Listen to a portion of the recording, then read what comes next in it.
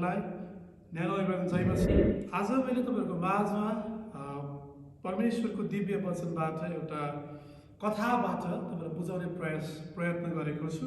अनि आज मैले ल्याएको कथा चाहिँ नोआको कथाको बारेमा ल्याएको छु। अनि आज हामी नोआको बारेबाट थोरै कुरालाई हेर्नेछौँ।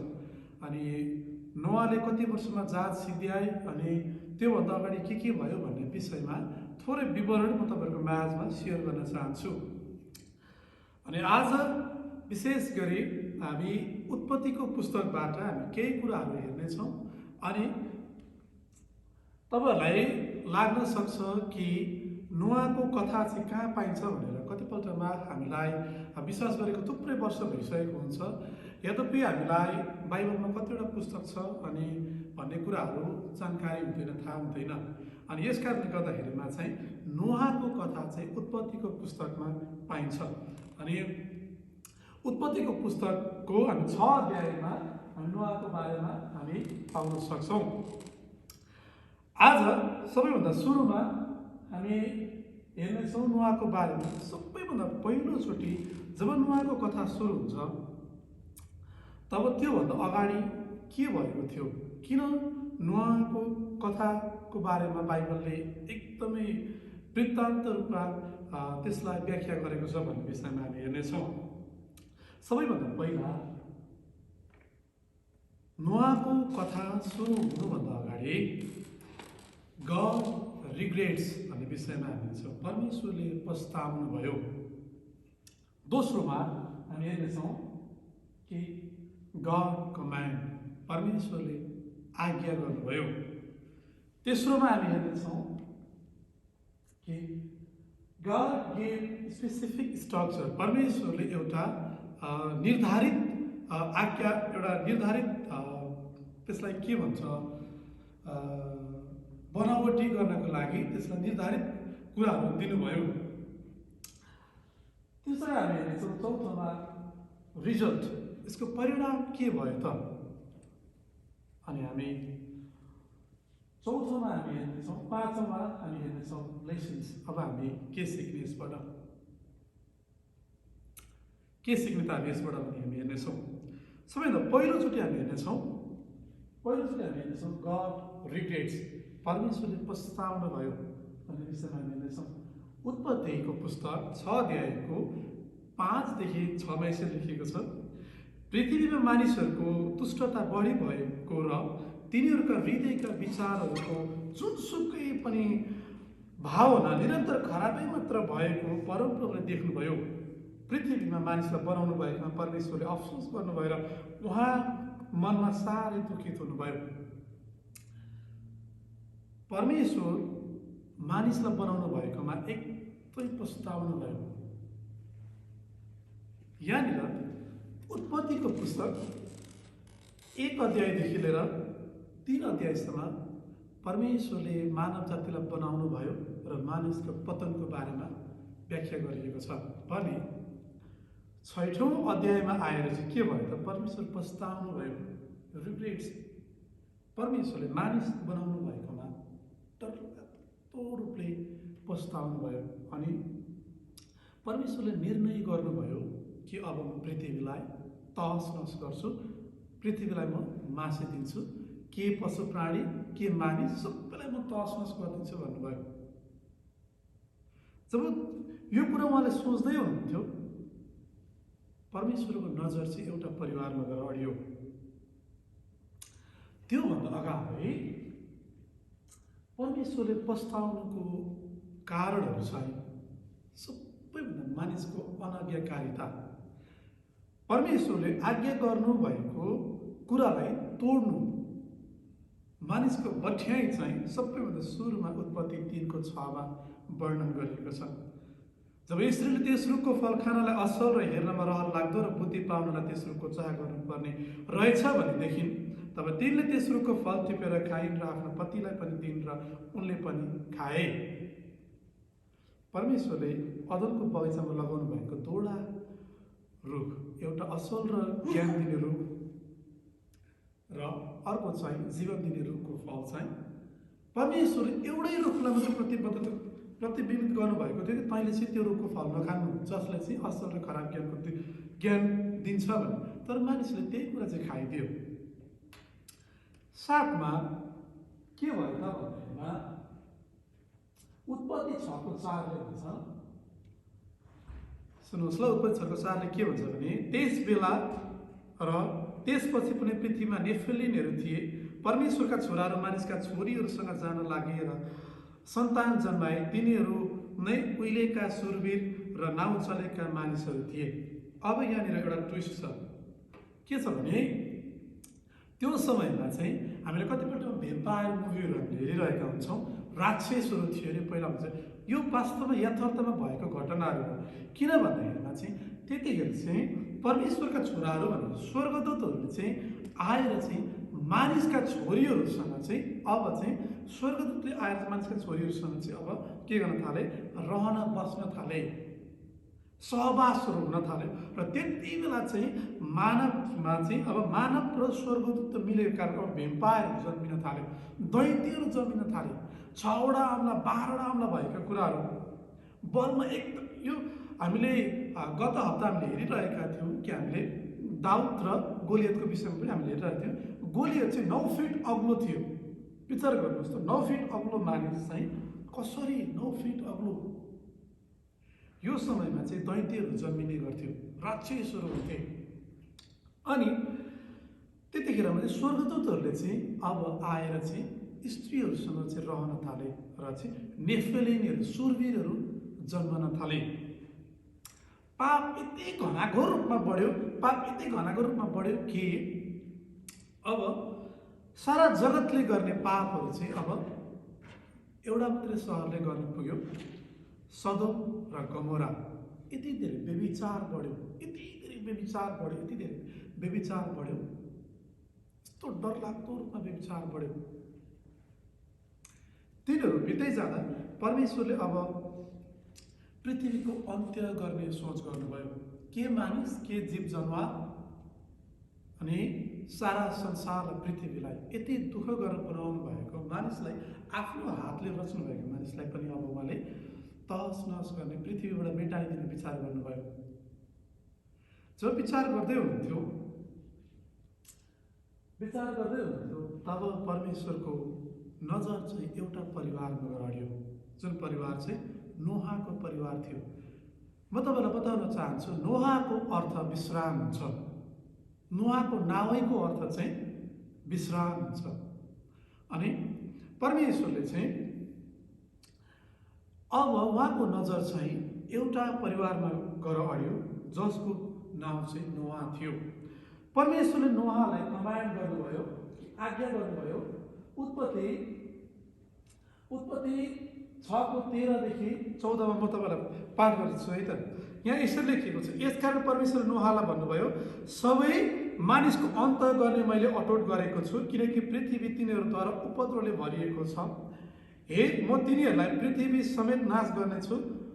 तैँले बोपेर काठको एउटा जहाज बनाउनु, जहाजमा कोठा बनाउनु र त्यसलाई भित्र बाहिर अलकत्र लेप्नु। अब तपाईँहरूले एउटा शब्दलाई गौर गर्नुहोस्, एउटा शब्दलाई ध्यान दिनुहोस् कि परमेश्वरले भन्नुभयो म पृथ्वी सबै नाश गर्छु, तर तैँले चाहिँ एउटा बोपेर एउटा काठको जहाज बनाउनु। अब म तपाईँहरूलाई एउटा शब्दमा फोकस गर्न लाउँछु, अलकत्र। बाइबलले यहाँनिर परमेश्वरले पनि भन्नुभयो कि तैँले चाहिँ भित्र अनि बाहिर चाहिँ अलकत्रले त्यो जहाजलाई मोर्नु, अलकत्रले मोर्नु भन्नुभयो। जब उहाँले कमान्ड गर्नुभयो कि नोहालाई भन्नुभयो कि तैँले चाहिँ एउटा गोपेर काठको जहाज बनाउनु। मैले तपाईँहरूलाई अघि नै पनि भनिरहेको छु कि अलकत्र भन्ने शब्दलाई ध्यान राखिराख्नुहोस्। अन्तिममा म गएर यसलाई बिट मार्ने प्रयास गर्नेछु। उत्पत्ति 6:13 र 14, यसकारण परमेश्वर नोहालाई भन्नुभयो, सबै मानिसहरूको अन्त गर्ने मैले अटोट गरेको छु, किनभने पृथ्वी तिनीहरूद्वारा उपद्रवले भरिएको छ। हेर, म तिनीहरूलाई पृथ्वी समेत नाश गर्नेछु। अब कुरा आयो, नाश त गर्ने परमेश्वरले गर्नुभयो, नाश गर्ने विचार गर्नुभयो, त्योभन्दा अगाडि उहाँले चाहिँ तैँले चाहिँ एउटा जहाज बना भन्नुभयो। अब हामी हेर्नेछौँ परमेश्वरले स्पेसिफिक स्ट्रक्चर दिनुभयो। जहाज बनाउनको लागि परमेश्वरले आफै नै नुहालाई यो तरिकाले बनाउनु भनेर एउटा तरिका बताइदिनु भयो। अब तरिका के थियो त? अङ्ग्रेजीमा नोआस आर्क, नेपालीमा चाहिँ नुहाको जहाज। अब कन्स्ट्रक्सन टाइम यहाँनिर हामी हेर्न सक्छौँ कि बनाउने समय लेस देन 75 इयर्स, 75 वर्ष हाराहारी नोआले त्यो जहाज बनाइसक्नलाई लाग्यो। नोआको जहाजको लम्बाइ परमेश्वरले भन्नुभएको छ कि उत्पत्ति 6:15 देखि 16 यहाँ यसरी लेखेको छ, तैँले त्यो यसरी बनाउनु, जहाजको लम्बाइ 140 मिटर, चौडाइ 30 मिटर, उचाइ 14 मिटरको होस्। जहाजमा उज्यालो होस् भनेर त्यसको मास्तिरबाट एक हात छोडेर टुङ्ग्याउनु। जहाजको ढोका त्यसको एकापट्टि राख्नु, पहिलो, दोस्रो र तेस्रो तला त्यो बनाउनु। अब परमेश्वरले लम्बाइ, चौडाइ, उचाइ सबै दिनुभयो। अब यहाँनिर लम्बाइ तैँले त्यसको लम्बाइ चाहिँ 130 मिटर राख्नु, 300 क्युफिट, र त्यसको चाहिँ फिटमा नाप्नु कि 515 फिटको हुन्छ भने त्यसको चौडाइ चाहिँ 86 फिटको र उचाइ चाहिँ 51 फिटको रहन आयो। फिटमा त्यसलाई कन्भर्ट गर्ने हो भने अब 515 फिटको लम्बाइ, 86 फिटको चौडाइ र उचाइ चाहिँ 51 फिटको, र त्यसको चाहिँ 3 तला बनाउनु र एक फिट छोडेर त्यसको तैँले छानाको चाहिँ बिटमा टुङ्ग्याउनु। त्यसलाई तैँले भित्र र बाहिरपट्टि अलकत्र लेप्नु भन्नुभएको थियो भने नोहाले जब जहाज बनाएको थिए तब नोहा चाहिँ 120 वर्ष पुगेका थिए।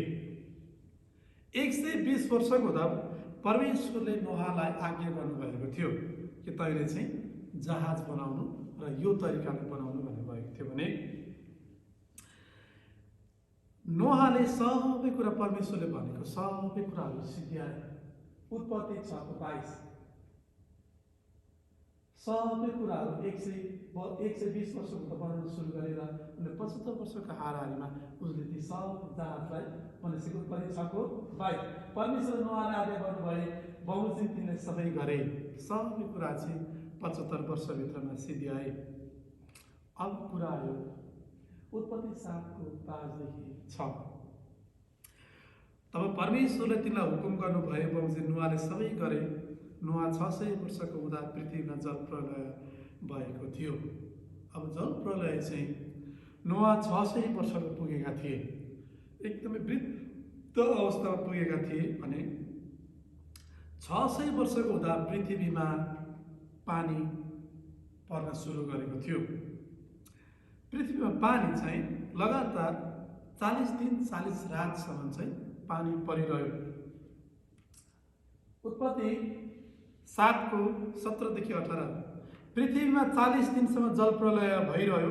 पानी बढेर जहाजलाई उचाल्न लाग्यो र त्यो जमिनबाट माथि जान लाग्यो। पानी धेरै धेरै परिरह्यो र चौपट्टै बढेर पृथ्वीमा भरिन लाग्यो र जहाज पानी माथि माथि उत्रिन लाग्यो।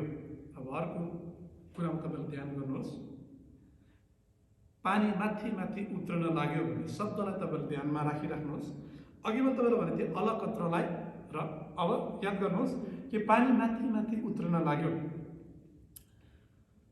मानिसको पाप घनाघोर बढेको हुनाको कारणले गर्दाखेरि परमेश्वरले पानीद्वारा पृथ्वीलाई तहस नहस गर्ने विचार गर्नुभयो। यहाँसम्म हामीले बुझिसकेका छौँ। परमेश्वरको नजर चाहिँ एउटा परिवारमाथि रहेर एउटा परिवारलाई चाहिँ उहाँले बचाउने प्रयत्न गर्नुभयो, अरू सबै मानिसहरूलाई चाहिँ तहस नहस गर्ने विचार गर्नुभयो। त्यो परिवारलाई चाहिँ जहाज बनाउन लाउनुभयो र उहाँले सबै एउटा आज्ञा गर्नुभएको, तैँले यो तरिकाले बनाउनु, यो तरिकाले बनाउनु, सबै कुराहरूको निर्धारित एउटा कन्स्ट्रक्सन गर्ने समय दिनुभयो। सबै कुराहरू उहाँले यसरी बनाउनु, यस्तो बनाउनु, उस्तो बनाउनु सबै भनिदिनु भयो भने अनि चाहिँ पानी पर्न सुरु गर्यो। नोआ 600 वर्षका पुगेका थिए।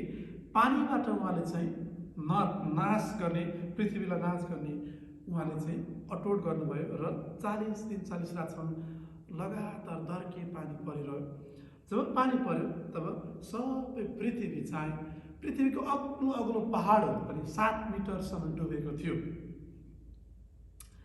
7 मिटरसम्म डुब्दाखेरिमा चाहिँ अब 7 मिटरसम्म डुबेको थियो। तर दिनदिनै बित्दै गयो।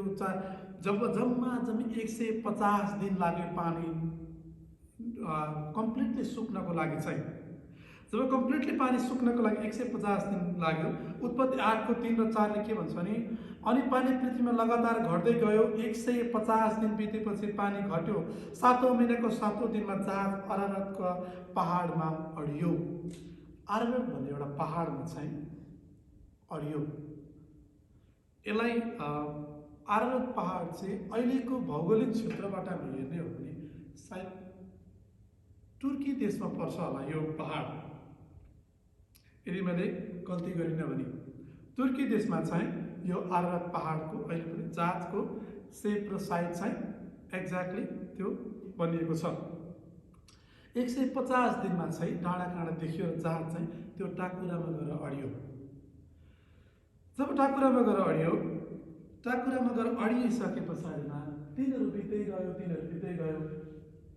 टाकुरामा जहाज अडिएको 40 दिन पछाडि, उत्पत्ति 8 को 6 देखि 7, 40 दिन पछि आफूले बनाएको जहाजको झ्याल नोहाले खोले र एउटा कागलाई उडाइदिए अनि जमिनको पानी नसुकुन्जेल त्यो काग यताउता उडिरह्यो।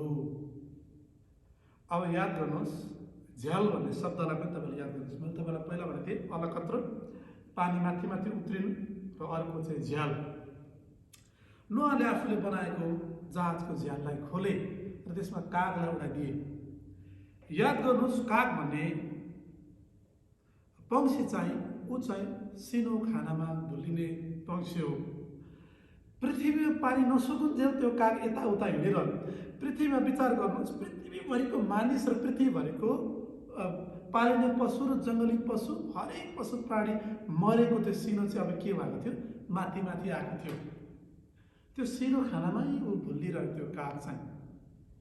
भुलिरहँदाखेरिमा चाहिँ त्यो काग चाहिँ पानी नसुकुन्जेल त्यो काग उडिरह्यो। त्यसको बाद नोहाले जमिनको पानी घट्यो कि भने हेर्न एउटा ढुकुर पनि उडाइदिए। ढुकुरलाई पनि नोहाले उडाइदिए। तर के भयो त ढुकुर के भयो त? उत्पत्ति 8 को 10 देखि 11।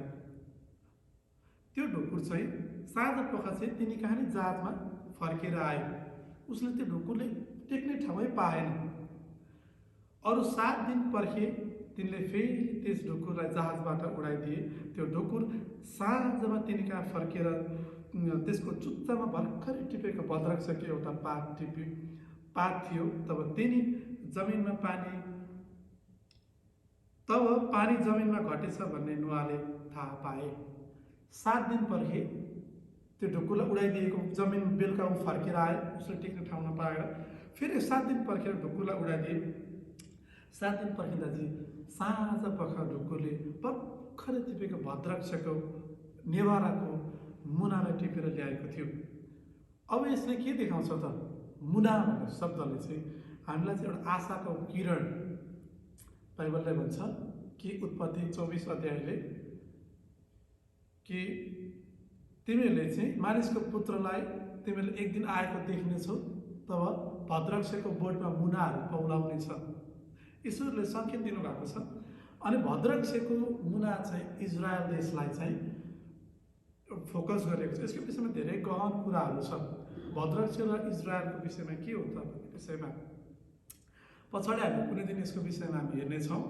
भद्रक्ष र इजरायल, तपाईँलाई थाहा छ हालसालै डोनाल्ड ट्रम्पले इजरायलको यरुसलेमलाई उसले के गरिदिएको छ, क्यापिटल सिटी बनाइदिएको छ। पहिलाको तेल अभिवलाई उसले चाहिँ छोडेर चाहिँ यरुसलेमलाई चाहिँ के गरिदिएको छ, क्यापिटल सिटी बनाइदिएको छ। तपाईँलाई थाहा छ संसारभरिको मानिसहरूले चाहिँ यरुसलेमलाई चाहिँ क्यापिटल सिटी बनाउनु हुँदैन भनेको थियो, तर डोनाल्ड ट्रम्पले चाहिँ के गरिदियो, यरुसलेमलाई क्यापिटल सिटी बनाइदियो। अब बिस्तारै के हुँदैछ, भद्राक्षको बोटमा मुना पौलाउँदैछ। बिस्तारै बिस्तारै के हुँदैछ, आजभन्दा 60 वर्षको म्यापमा तपाईँले हेर्नुहुन्छ भने इजरायलको नाम नक्सै छैन त्यो म्यापमा। आजभन्दा 60 वर्षको म्यापमा तपाईँले हेर्नुभयो भने इजरायल देशै बनिएको थिएन। बिस्तारै अब इजरायल देश के हुँदैछ, पौलाउँदैछ। अब यरुसलेम के भयो, क्यापिटल सिटी बन्यो। भद्राक्षको बोटमा अब के लाग्दैछ, मुना पौलाउँदैछ। दिनहरू बित्दै जान्छ, दिनहरू बित्दै जान्छ। पानी कम्प्लिटली अब जमिनमा सुक्छ, जमिनमा सुक्छ। 8को 14देखि अनि दोस्रो महिनाको 7औं दिनमा जमिनमा पूर्ण रूपले सुक्यो। तब परमेश्वरले नोहलाई भन्नुभयो कि यहाँ मैले अर्को स्लाइडमा मैले ल्याएको थिएँ, सायद त्यो डिलिट भयो होला। त्यहाँनिर भन्नुभएको छ कि तँ र तेरो परिवार र सम्पूर्ण कुरालाई लिएर तँ जहाजबाट बाहिर निस्कि भन्नुभएको छ 16 पदमा। त्यसबाट तँ बाहिर निस्केर आइज, बाहिर निस्केर आइज भन्नुभएको छ। अब यहाँनिर कम्प्लिटली पानी सुक्यो र त्यहाँनिर चाहिँ इन्द्रेणी लागेको छ। अनि इन्द्रेणीको करार चाहिँ नोआसँग बाँध्नु भएको छ। अबदेखि उपरान्तमा कहिले पनि म पानीबाट पृथ्वीलाई नाश गर्ने छैन।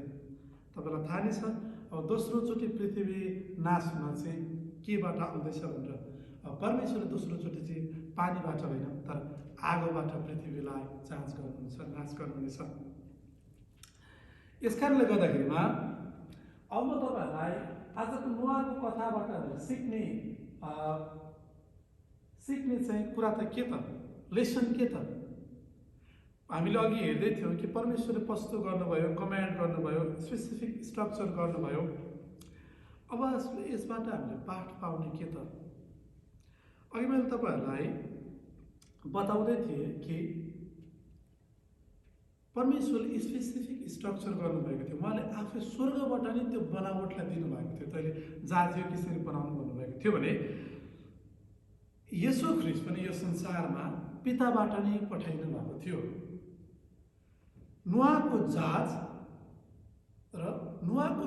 चाहिँ मानिसको एउटा के भन्छ बिउ राख्नको निम्ति, त्यो मानिसबाट चाहिँ अब सारा मानिस फैलियोस् भनेर, त्यो मानिसबाट चाहिँ अब धर्मी मानिसबाट चाहिँ अब सारा संसार चाहिँ अब धर्मी बनियोस् भनेर चाहिँ के गर्नुभएको थियो भने नोआको परिवारले छान्नुभएको थियो। किनकि नोआ चाहिँ परमेश्वरको नजरमा धर्मी देखिएका थिए भने अब धर्मी जनले उहाँले छान्नु भएको थियो र अब नोआद्वारा चाहिँ पृथ्वी चाहिँ धार्मिकताले भरियोस् भनेर नोआलाई छान्नु भएको थियो। भने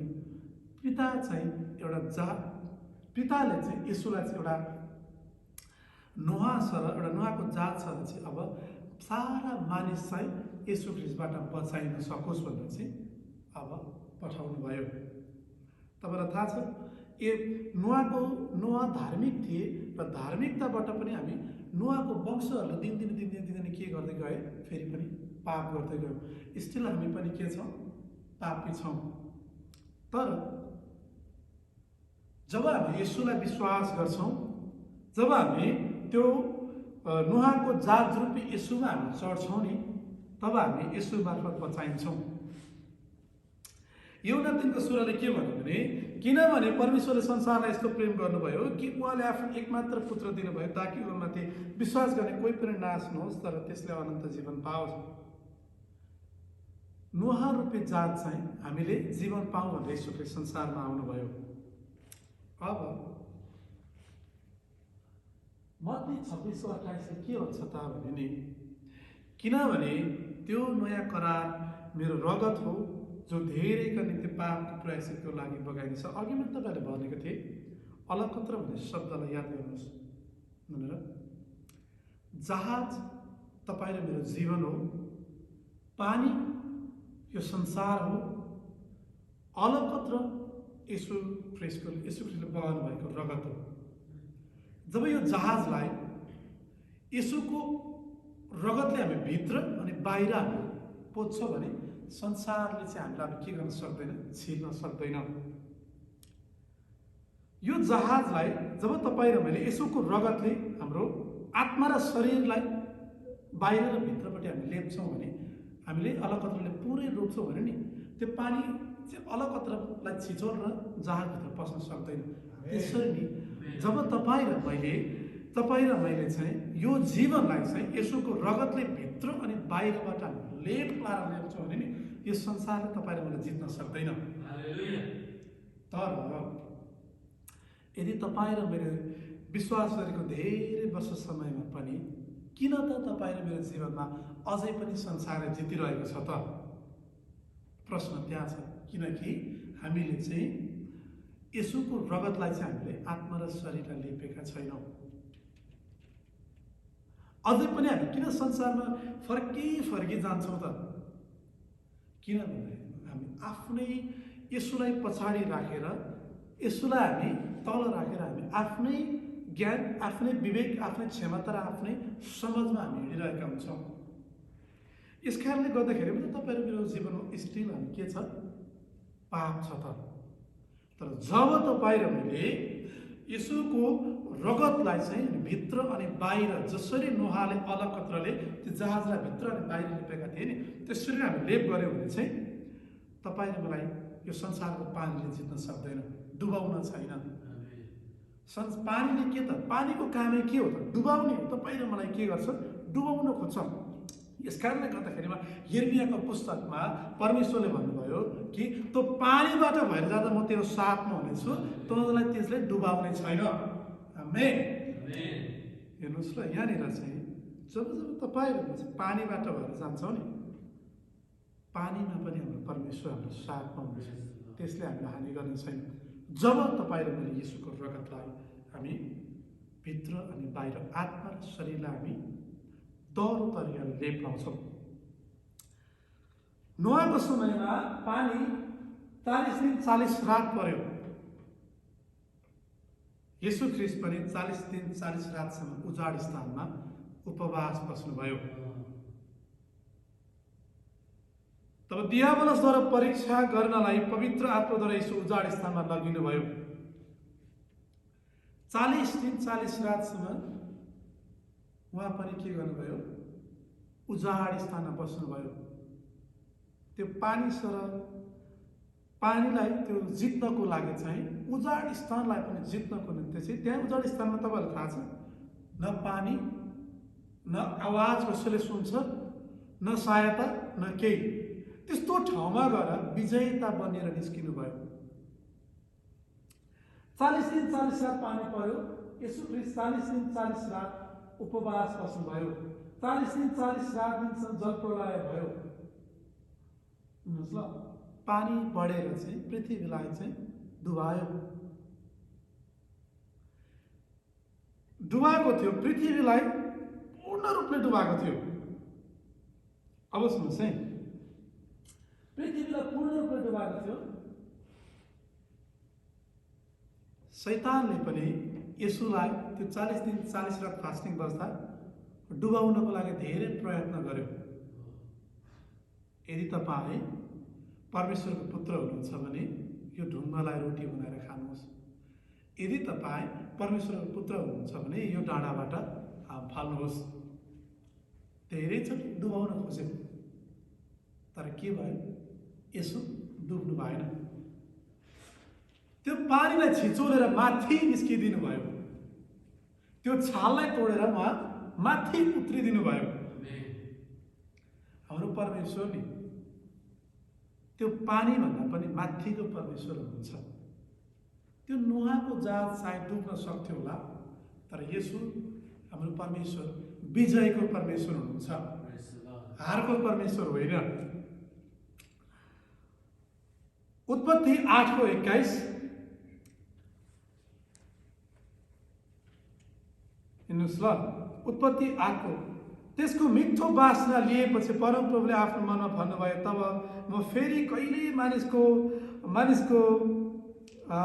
खातिर पृथ्वीलाई श्राप दिने छैन। यद्यपि मानिसको हृदयका भावनाहरू बालकदेखि नै खराब हुन्छन्, अहिले मैले गरे जस्तै सबै प्राणीलाई फेरि यसरी सर्वनाश म गर्ने छैन। आमेन। परमेश्वरले अब के अठोट गर्नुभयो भने, अब म के गर्दिनँ भने,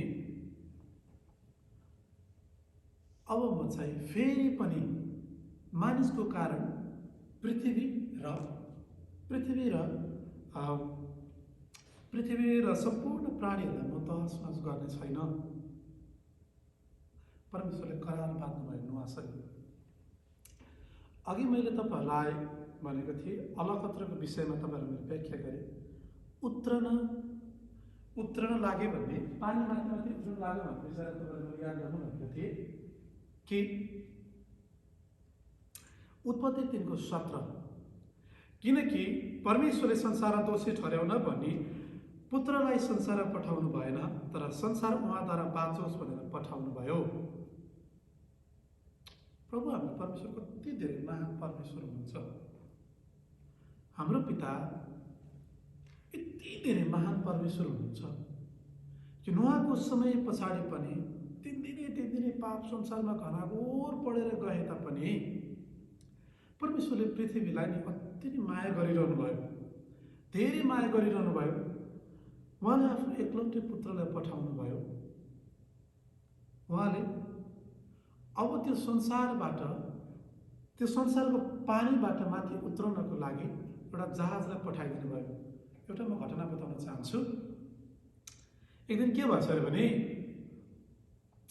एउटा मानिस यति धेरै आत्मिकी मानिस उसले सोचेछ, अब म यो पोखरीमा हात हाल्छु, मानिसहरू पारिपट्टि बसिरहेका छन्, अब म यो पोखरीमा हात हाल्छु, परमेश्वरले मलाई बचाउनुहुन्छ र म यो सारा मानिसहरूलाई पुष्टि गर्छु कि हाम्रो परमेश्वरले बचाउनुहुन्छ भनेर उसले सोचेछन्। मानिसहरू हेर्दै पोखरीमा बङ्गै हात हालेछ। त्यो मानिसले हात हाल्दाखेरिमा अतालिन थालेछ, पानीमा डुब्न लाग्यो। अतालिँदै गर्दाखेरिमा चाहिँ एउटा मानिसले देखेर चाहिँ उसले गरेर चाहिँ हतार आफ्नो हात दिएर, दाजु मलाई तपाईँको हात दिनुहोस्, म तपाईँलाई बचाउन चाहन्छु। त्यो मानिसले भनेछ, म मेरो हात दिन्न, मलाई परमेश्वर आफै आएर बचाउनुहुन्छ। फेरि अर्को मानिसले देखेछ सहायता गर्नको लागि भनेर चाहिँ फेरि अर्को मानिस दौडेर गछ। ओहो, के भयो, साँच्चै उहाँले बचाउन सक्नु भएन कि भनेर अर्को मानिस चाहिँ डोरी ल्याएर फ्याँकिदिएछ। दाइ, यो डोरीलाई समात्नुहोस्, म तपाईँलाई बचाउन चाहन्छु। त्यो मानिसले भनेछ, म मेरो हात यो डोरीलाई समात्दिनँ, परमेश्वरले आफै आएर मलाई बचाउनुहुन्छ। एकछिन समय पछाडि त्यो मान्छे मरेछ, पानी माथि तरिन थालेछ। अनि मरेर न्यायको दिनमा स्वर्गमा पुग्दाखेरिमा त्यो आत्मिक मानिसले सोधेछ परमेश्वरलाई, प्रभु तपाईँ त बचाउनु हुने परमेश्वर हुनुहुन्छ त, खोइ त मलाई बचाउनु भएन त, सारा मानिसको अगाडि म त एउटा हाँसोको पात्र बन्ने त मलाई बचाउन आउनु भएन त। परमेश्वरले मुस्कुराउँदै त्यो मूर्ख मानिसलाई भन्नुभएछ, ए मेरो प्यारो मूर्ख छोरो, तँलाई मैले बचाउनको लागि दुईवटा जहाज पठाइदिएको थिएँ त, खोइ त चढेको त्यो जहाजमा। कतिपल्टमा हामी के सोचिरहेका हुन्छौँ, परमेश्वरको आफ्नै हात आएर चाहिँ हामीलाई त्यो समस्याबाट निकाल्नुहुन्छ भन्ने सोचिरहेका हुन्छौँ। तर तपाईँ र मलाई कतिपल्टमा मानिस मार्फत पनि तपाईँ र मलाई बचाउनको निम्ति परमेश्वरले पठाउनुहुन्छ। एक समय के भयो भने पत्रुस पनि पानीमा डुब्न लागेको थियो। उसको अविश्वासको कारणले गर्दाखेरिमा पत्रुस डुबिसकेका थिए। तर चाहिँ यसुले आफ्नो हातले समातेर उसलाई पानीबाट बाहिर निकाल्नु भयो, बचाउनु भयो। अनि यसुले भन्नुभयो, तिम्रो अविश्वासको कारणले गर्दाखेरिमा तिमी डुब्यौ, खोइ तिम्रो विश्वास। अघि मैले तपाईँहरूलाई भन्दै थिएँ, नोहा नामको शब्दको अर्थ के थियो त? नोहाको शब्दको नामको अर्थ नै विश्राम थियो। यसुले अब के भन्नुभयो मत्ती 11:28मा, हे सबै थाकेका र बोझले दबिएका हो, मौका हो, म तिमीहरूलाई के दिनेछु? यसु के हुनुहुन्छ? विश्राम हुनुहुन्छ। नोहाले पनि सबै कुराबाट विश्राम पाएका थिए। नोआ र येशूको जीवनी उस्तै उस्तै मिल्न आएको छ। अन्तिममा म तपाईँहरूलाई यहाँ सबैलाई आजको वचनबाट म आशिष पाउनु भएको छ भन्ने म विश्वास गर्छु। अनि मैले धेरै लामो ल्याएको थिएँ, तर यसलाई काटछाट गाड्दै मैले यसलाई थोरै रूपमा बाँडेको छु। अनि म विश्वास गर्छु आजको नोआको कथा र येशूको जीवनीबाट हामीले मिलाएर हामीले केही कुराहरू हेरेका छौँ। अनि आज हामीले मुख्य रूपमा हामीले हेरेका थियौँ कि म तपाईँहरूलाई फेरि पनि अवगत गराउन चाहन्छु।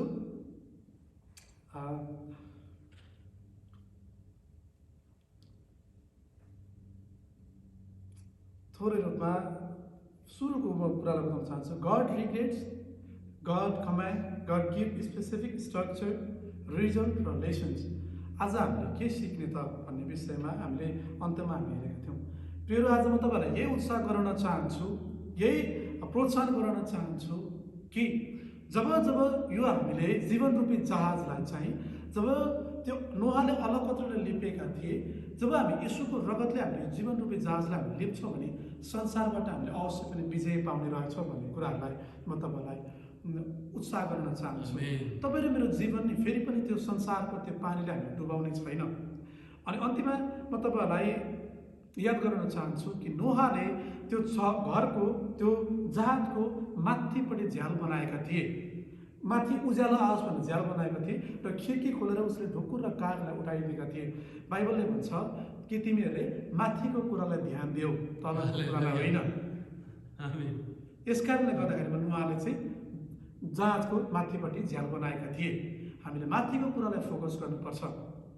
आज म तपाईँहरूलाई यही उत्साह गराउन चाहन्छु, यही प्रोत्साहन गराउन चाहन्छु मण्डली सम्पूर्ण परिवारलाई कि हामी संसारको कुरालाई होइन, त्यो संसारको पानीको कुरालाई होइन कि अगाडि नै हामी अब जब हामीले यसुलाई विश्वास गरिसक्यौँ तब तपाईँ र मेरो जीवनमा चाहिँ यसुको रगतले त्यो अलगपत्रले हामीले लिपिसकेको छ। अब हामीले संसारको कुनै पनि पानीको बुँदले, पानीको छैनले हामीलाई छिचोलेर भित्र पस्ने छैन, किनकि हामीले यसुको रगतले हामीलाई लिपिसकेको छ, यसुको रगतले हामीलाई जितिसकेको छ, यसुले हामीलाई किनिसक्नु भएको छ।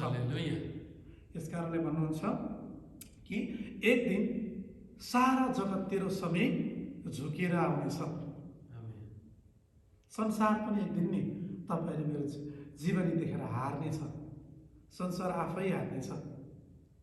यसुले हामीलाई हारको सन्तान होइन, विजयको सन्तान बनाउनु भएको छ। यसकारण त कल्वरी क्रुसमा आफ्नो प्राण त्याग्नुभन्दा अगाडि यसुले भन्नुभयो, हेर मैले संसारलाई जितेको छु। आमेन। संसारलाई उहाँले जित्नु भएको छ। उहाँको जहाजले सारा के भन्छ समुद्रलाई, पानीलाई जितेको छ, छालको चपेटाहरू जितेको छ। तपाईँ र मेरो जीवनमा जुनसुकै छाल बज्रे तापनि येशू ख्रीष्ट के गर्नुभएको थियो, त्यो डुङ्गाको तलबाट के गर्नुभएको थियो, निदाउनु भएको थियो। संसारले नि तपाईँ र मेरो डुङ्गालाई डुबाउनुको निम्ति छाल हामीलाई निरन्तर छाल्ने प्रयास गर्छ। तर खुसी लाग्दो कुरा चाहिँ तपाईँ र मेरो यो जीवनको डुङ्गामा चाहिँ येशू ख्रीष्ट शान्त रूपले सुत्नु भएको छ यो जीवनमा। अनि यो डुङ्गामा चाहिँ येशू ख्रीष्ट सवारी गर्नुभएको छ। हाम्रो यो डुङ्गालाई चलाउने चाहिँ स्वयं येशू ख्रीष्ट हुनुहुन्छ। जब येशू ख्रीष्ट चल्नु भएको डुङ्गा छ भने अवश्य पनि त्यो के पनि हुन्छ, पारी पनि पुग्छ। एक दिन त्यो अवश्य पारी पुग्छ, किनकि यो डुङ्गामा स्वयं येशू ख्रीष्ट चल्नु भएको छ। आउनुहोस् यहाँ प्रार्थना गरौँ, यो वचनको निम्ति प्रभुलाई धन्यवाद दिउँ। स्वर्गमा बस्नुहुने पिता, हामी तपाईँ प्रभुलाई धन्यवाद भन्दछौँ। तपाईँ प्रभु साँच्चै नै भयोज्ञको परमेश्वर हुनुहुन्छ। प्रभु आजको वचन मार्फत हामीले जुन कुराहरू सिकेका छौँ, तपाईँ प्रभु साँच्चै नै तपाईँ प्रभु महान परमेश्वर हुनुहुन्छ। तपाईँ त्यो स्वर्गलाई छोडेर यो संसारमा आउनुभयो हामी मानव जातिलाई बचाउनको निम्ति, हाम्रो सारा मानिसहरू बाँच्छन् भन्नेको खातिर प्रभु तपाईँले आफ्नो एकलौटे पुत्रलाई यस संसारमा पठाउनु भयो। पिता, तपाईँको त्यो अगाम्य प्रेमलाई धन्यवाद भन्दछौँ, किनकि प्रभु तपाईँको दयाले आज हाम्रो जीवनभन्दा पनि श्रेष्ठ छ। प्रभु तपाईँको धन्यवाद आजको वचनको निम्ति। तपाईँको अभिषेक आज यस वचनमा राखिदिनु भयो। सुन्ने दुवैतर्फ तपाईँ प्रभु मध्यस्थकर्ता रहनुभयो। तपाईँ प्रभुलाई धन्यवाद। धन्यवाद प्रभु, तपाईँ प्रभुको अभिषेकको लागि। आज हामीले यो कुरा जुन कुराहरू हामीले सिकेका छौँ प्रभु, आज हामीले सारा जगतको मानिसहरूलाई हामी सिकाउन सकौँ प्रभु। आज कतिपल्टमा हामी निराश भइ पठाउँछौँ यो जीवनबाट, कतिपल्टमा प्रभु आज हामी हताश भइ पठाउँछौँ। तर प्रभु आजको वचनबाट हामीलाई यो ढाडस मिलेको छ कि आज यो ढुङ्गामा चाहिँ तपाईँ आफै स्वयं हुनुहुन्छ। तपाईँ प्रभुले नै त्यो ढुङ्गालाई पारीपट्टि पुर्याइदिनु हुनेछ प्रभु। तपाईँलाई धन्यवाद आजको वचन निम्ति, धन्यवाद यीशु राजा, तपाईँ प्रभुको प्रेमको निम्ति, तपाईँ प्रभुले हामीलाई चुन्नु भएको निम्ति। संसारको जुनसुकै छाल र चपेटाहरूलाई हामीलाई हान्न र ठोकाउन खोजे तापनि, किनकि प्रभु संसारमा छौँ अनि शरीरमा भएका कारणले हामी हतासिरहेका हुन्छौँ, हामी अतालिरहेका हुन्छौँ। त्यो 12 चेलाहरू जस्तै प्रभु कतिपल्टमा हाम्रो विश्वास अविश्वासमा प्रभु परिणत भइरहेको हुन्छ। तर तपाईँ प्रभुको वचनले हामीलाई घरिघरि ढाडस दिन्छ।